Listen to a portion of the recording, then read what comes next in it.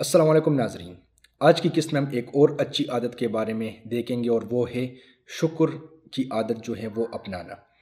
शुक्र जो है ये एक ऐसा अमल है, जो भी बंदा ये अमल करता है और वो दिल से शुक्रगुज़ार होता है तो अल्लाह ताला उसकी नेमतों में मज़ीद इजाफ़ा फरमाते हैं। और जो भी इंसान नाशुक्रा होता है तो चाहे उसके पास सोने के पहाड़ क्यों ना हो, वो हमेशा उसकी ज़ुबान पे नाशुक्री के कलमात ही होते हैं। और शुक्र की आदत अपनाने के लिए एक जो मुफीद चीज़ उलमा फरमाते हैं वो ये है कि इंसान को जितनी नेमतें मिली हो, उन नेमतों का वो दिन में कोई वक्त मुकर्रर करके उसका इस्तेज़ार करे। जैसे मिसाल के तौर पे आप कोई वक्त आपने मुकर्रर किया, अब उसमें आप बैठकर इस बात को सोचें, अपने हवाले से सोचें कि अल्लाह ताला ने मुझे आंखों की नेमत से नवाजा है, अल्लाह ताला ने मुझे कान दिए हैं, अल्लाह ताला ने मुझे सुनने की सलाहियत दी है, देखने की सलाहियत दी है, चखने की सलाहियत दी है।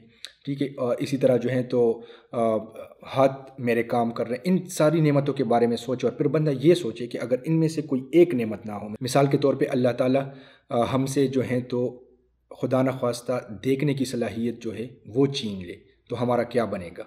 और फिर उस हालत में अपनी ज़िंदगी का तस्वर करे कि खुदा न ख्वास्ता मुझसे जो है देखने की सलाहियत जो है वो छिन गई है, तो अब मेरी जो ज़िंदगी है वो कैसे हो जाएगी, यकाएक जो तब्दीली आएगी मेरी ज़िंदगी में वो क्या होगी।